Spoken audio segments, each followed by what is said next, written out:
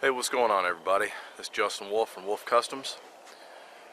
Wanted to get out of the house today, so what I've done is I've grabbed up a few things. Gonna come out here, gonna set up camp, and then I think we're gonna go on a hunt, see if we can get a rabbit, a squirrel, something along them lines. Come back to camp, cook it up, just relax all day. Been extremely busy with leather lately, so I've just really needed to get out of the house. I couldn't afford to take an entire weekend and actually go camping or anything like that, so next best thing is just take one day and dedicate it to myself. So that's exactly what I'm doing. Didn't get too carried away with gear and everything else this trip. I had, well, one of my last videos, I brought along my new haversack, and it's a haversack that I made in conjunction with Malcolm, the Hidden Woodsman. And basically what he did is he sent me a Cordura bag, and then I outfitted it with leather. And I had a lot of questions on that bag, so what I thought I'd do is actually just show you guys that bag right quick. This is it. See, it's just outfitted in leather. The thing that I really like about this bag is it's not canvas. I mean, it looks like it's canvas, but it's not. It's actually Cordura, which is actually stronger than canvas. It's waterproof. You could have a torrential downpour right now, and my contents is going to stay dry inside this. Another nice thing is it is flame retardant, just like canvas, but Malcolm actually did a test where he held a lighter right up to one of these things, and it took about 10 seconds before it actually caught flame. So 10 seconds is a long time. So anyway, I got that. But like I was saying, you know, you can see it's snowy, and I have no hesitation just dropping it down in the snow. I mean, it's not supposed to be a pretty item, it's supposed to be a functional item. And with that Cordura and that canvas, or excuse me, leather, it's going to be. The other thing I brought is my my new canvas tarp. We're going to set it up today.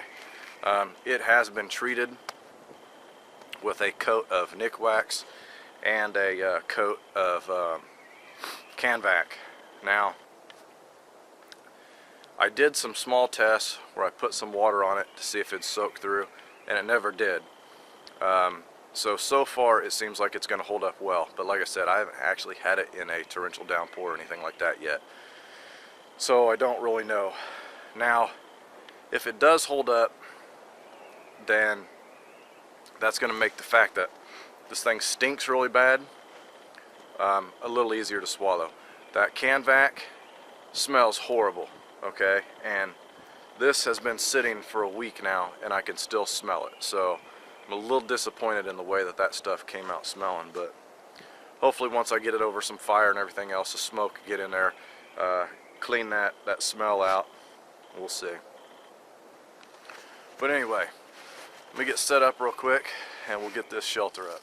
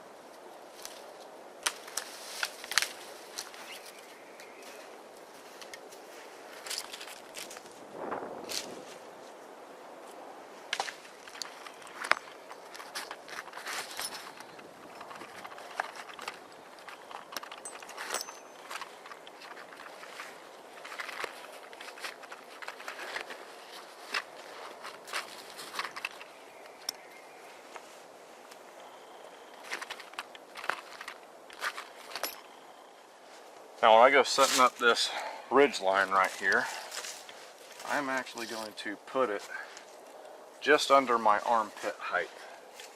That way when I sit down, I can actually sit up and not hit my head on the roof.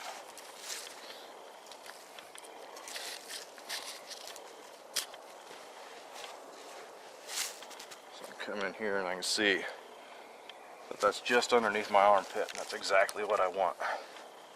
Okay, so when I wrap it around on this side here, I mean, you can see that it's very easy for me just to hold my arm over like that.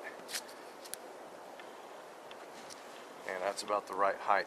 So we're going to come over here, put our trucker's hitch in, and Travis Henry just pointed out something on these trucker hitches.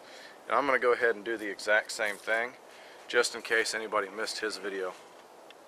When you put your tie out in this, okay, you can actually tie this out in two different directions. You can bring this over like this and actually get the line that's anchored down and pull it through, or you can get the line that is not anchored down and pull it through like that.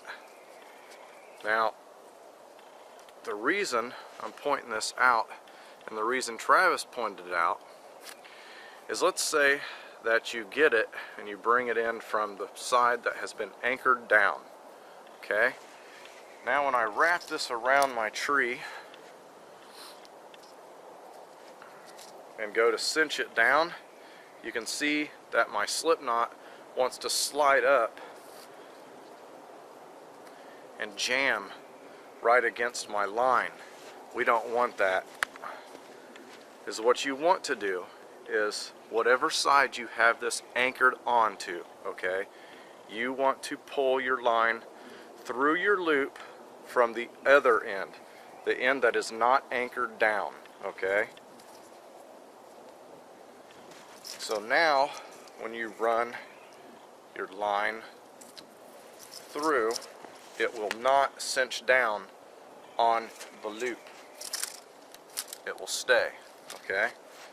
You can obviously see I need to adjust where I put that a little further back. So we're going to scoot back, probably just out of camera shot, of course, and do that all over again.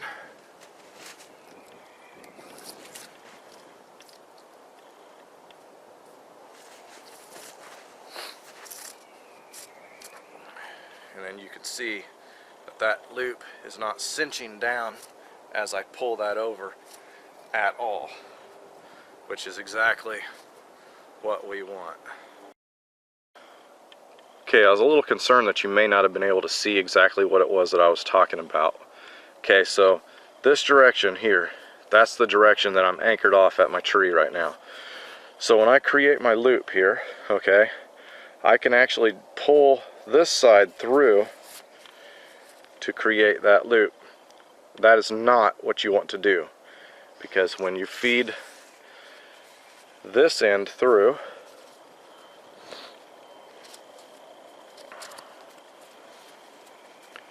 and you start to pull, see that slide up? That will jam, and you'll have a heck of a time getting that loose.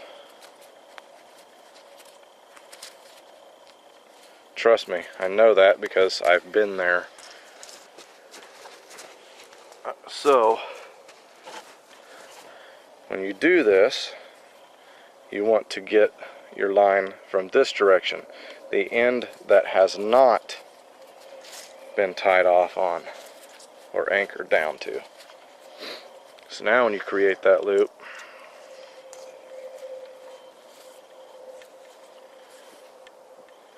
and you get that on there, when you start to tighten it down, you will not lose that loop. Alright, so now I'm left with ridge line that, like I said, is right underneath my armpits. So now when I put my tarp on this and it pulls it down a little bit, it should just be enough over my head to where I can still see out and it's not going to be below my vision. But, you know, I mean, you might have to adjust a little bit here and there. Okay, so let's go ahead and fold out our tarp. And let's get it over there. Now inside here, I've got a blanket, which I'm not going to keep directly on the ground, so I'm going to find a tree limb. And I'm going to throw it up in a tree limb for the time being.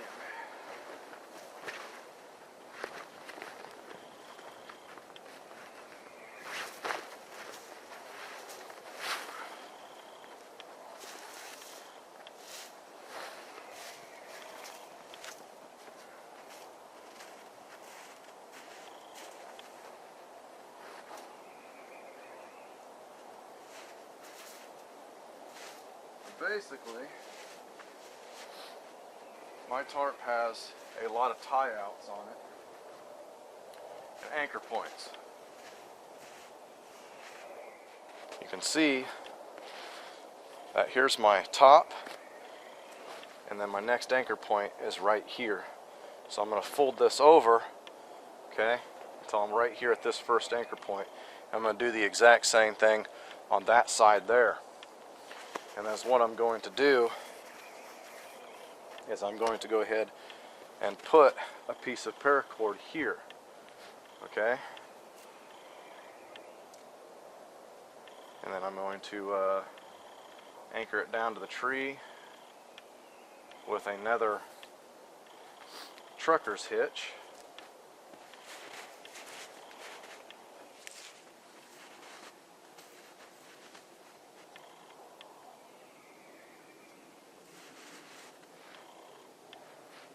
Remember, this isn't getting tight. I just want it to hold its place. I'm going to get I'm going to pull it tight on that end there.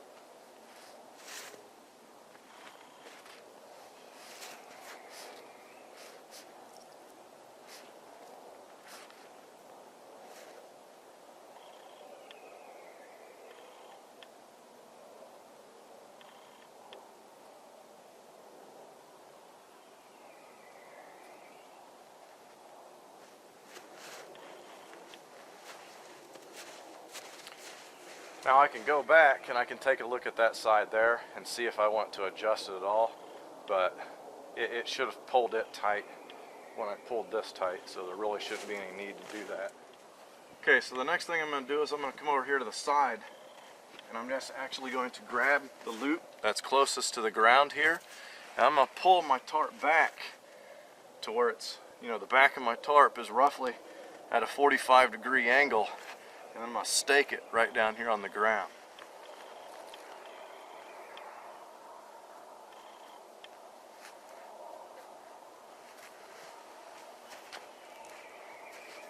Just like that. I'm going to go over and I'm going to do the exact same thing to the other side. Okay, so at this point, that's what your shelter is going to look like. Next thing I'm going to do is I'm going to actually get underneath it and I'm going to pull the flap that's hanging out the back over there underneath it, and that's going to give me a place to lay. Before I do that, I'm going to go grab me a handful of stakes so as I pull it through I can stake it down.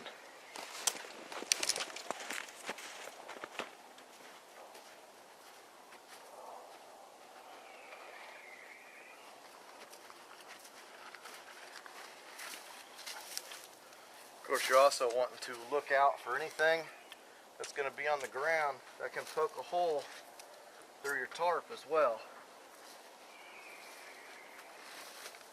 Especially when it's snowed like this, you can't really see it.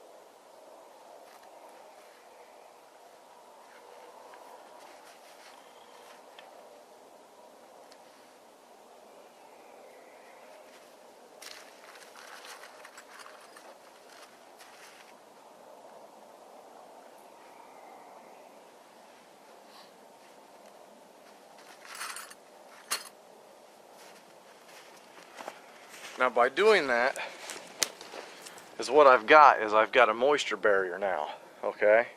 Keep me off the wet snow. Okay, so one of the things that I love the most about my tarp is the fact that it's got these tie outs all over the tarp, leaving me plenty of options. Okay, so what I'm going to do now is I'm actually going to go to that center tie out right there. Zoom in on it. And you can see that I've already got it tied off.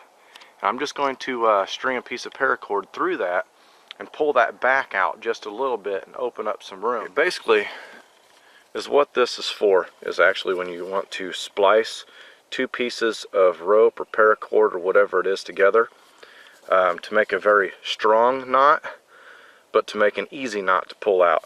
And basically is what I'm going to do is I'm going to take one of these ends, I'm going to create a loop just like this. Okay, and then I'm going to take this one and come up through the loop like that. I'm going to go around it and then through the loop I just created by going around it. And that's going to splice those two pieces together. And I can cinch down on that, and it's going to be very easy to actually pull back out. Just like that. So again, you create the loop, go around, or excuse me, create your loop, come in from the back, go around. Now this section right here is creating a second loop, and you're going to go through that one just like that. So I don't like to actually cut paracord when I'm out in the field. I like to actually have it in hanks that I know that are useful for me, and I keep a lot of them this size right here, and basically is what that is 2 wingspans. Okay, so I'll stretch my arms out, and that's exactly what that gives me. Now I see a lot of people getting really fancy with how they hank their paracord and everything else up, and there's really no need to do that. And I'm actually going to shoot a very short separate video from this one showing how I do it. Basically it's very easy. When you pull that loose right there, you pull this, and it's just quick release. Sit there and pull the whole hank out just like that without it getting twisted up or knotted up or anything like that. And then when you actually go to put that back together, you don't have to have a jig or anything like that. You just simply use your hand. But like I said, I'll make that a separate video.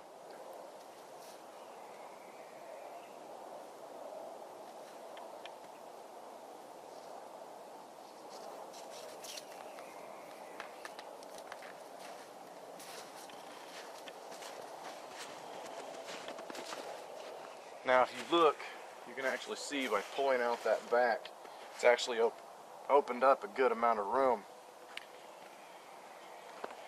Because what that's also going to do is when your fire is rolling in here, it's just going to roll around this thing. And then once we get this flap into a look down like that, it's just going to cause it to turbine on around and roll in. Then you'll have some cross drafts that come through here, which actually feel quite nice. You know, when your fire is really hot, you'll get some of that cool air coming in mixing up with it, and it just mixes it really well and it feels really nice.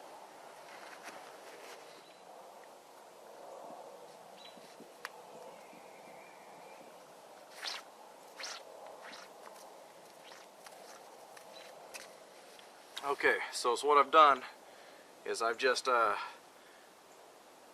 imagine that I want this to come out also at about a 45. Bring a stake down here, put it in the ground, just like so. Now so what I'm going to do is I'm actually going to wrap it back around my stake and pretend that my stake is a trucker's hitch, and pull it tight. And as I pull it tight, I'm going to go ahead and put my boot down there, push it all the way into the ground,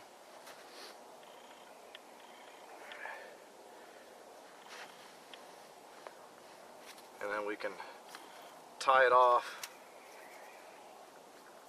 with a simple slip knot.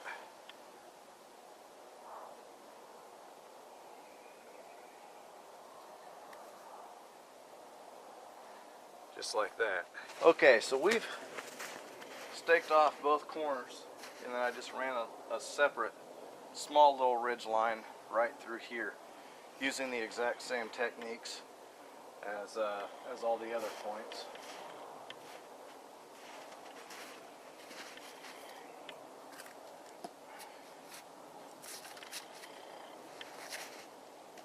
Put that in there, open it up, put our fire out here, heat will roll in, we can look out, we can drop this down if we feel that we need that heat to roll in a little bit tighter, and we're in business. Alright, so before I get too cozy in this thing, let's go ahead and go out and see if we can find lunch.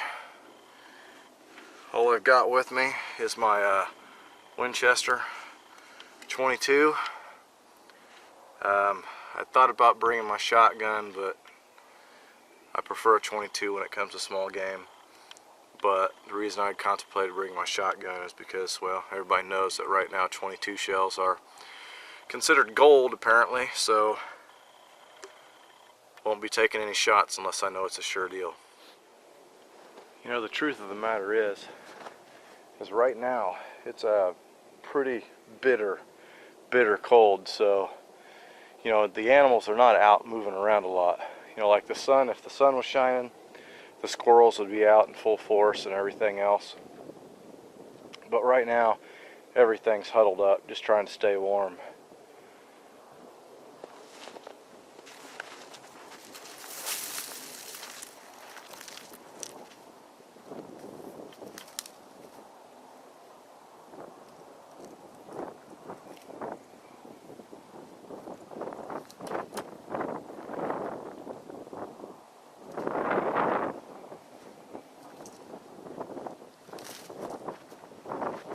Always had a lot of luck on evergreens or cedar like this, finding rabbit and everything else tucked up underneath there.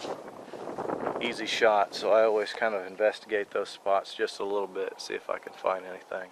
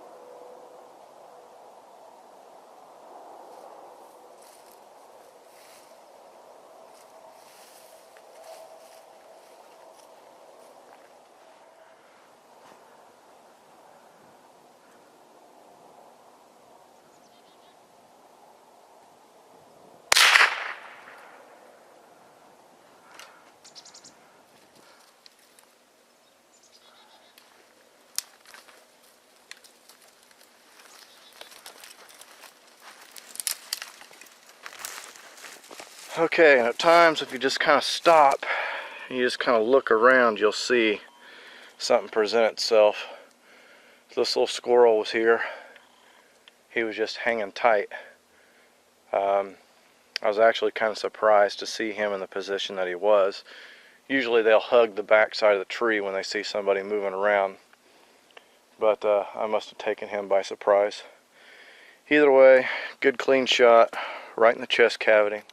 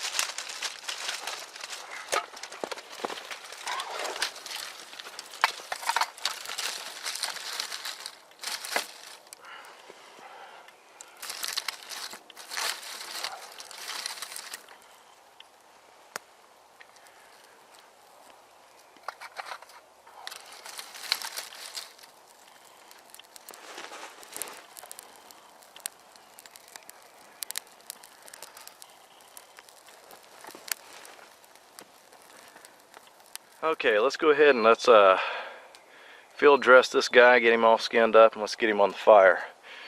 First and foremost, I'd like to say thank you to my daughter, because my daughter made me that very awesome camouflage bracelet right there, and I told her it was going to bring me luck today, and there's my luck right there. So thank you, baby girl. Okay, processing a squirrel is very easy, especially if you're not planning on keeping the hide in any way. First thing we're going to do is we're going to remove the head.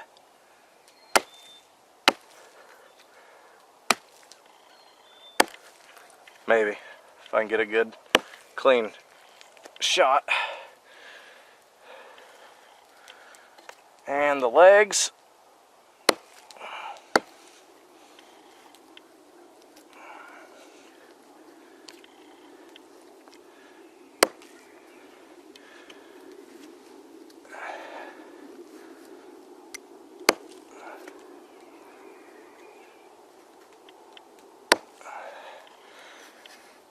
And the tail.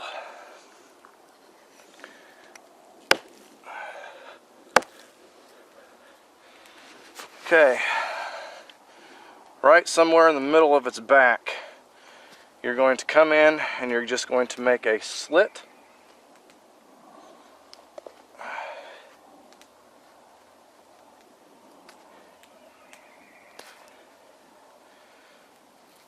Just like that.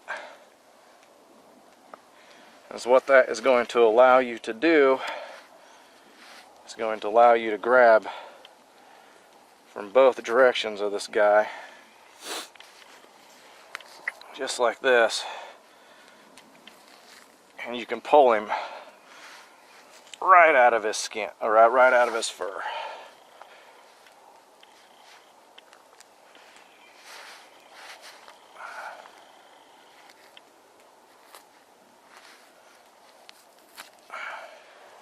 Now, as far as gutting it and everything else goes, it's all the same as other small animals. You want to clean your meat off a little bit, get the blood off, throw it into some snow.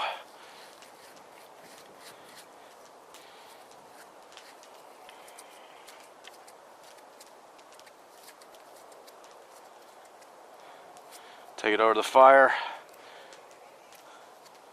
Singe the hair off a little bit, and we'll put it on a stove. Now it's just time to sit back and relax. Cook this guy up. Maybe get some hot chocolate. Take a nap, who knows?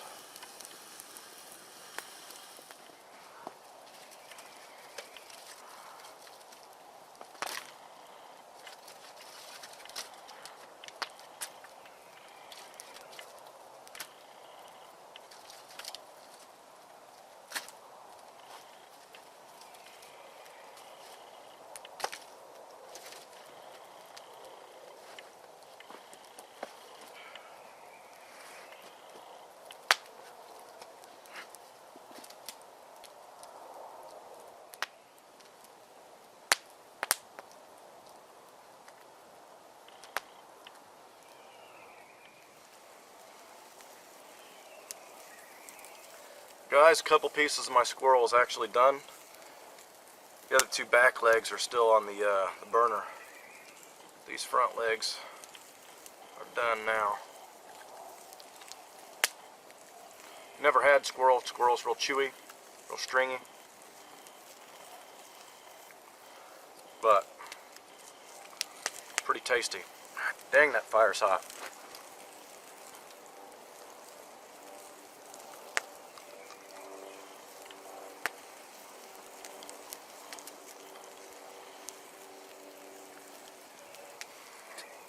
This is exactly the kind of day that I needed.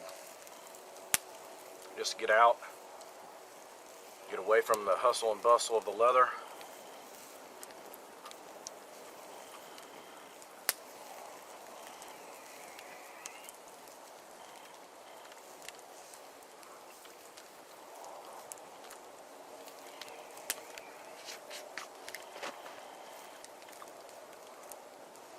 been a lot of videos here lately about cooking animals in the pots and everything else, and that's all well and good, and it does preserve more of the nutrients and everything else, but man, I tell you what, there's just nothing like meat right over the fire. Just tastes good.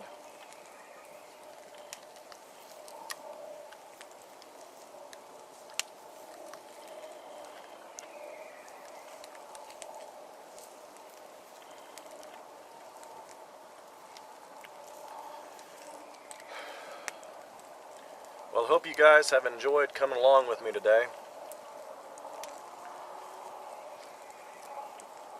Or at least have enjoyed yourselves as much as I have. So, hopefully I'll get the opportunity to get out and get another video shot here before long. But, as always guys, have a good one.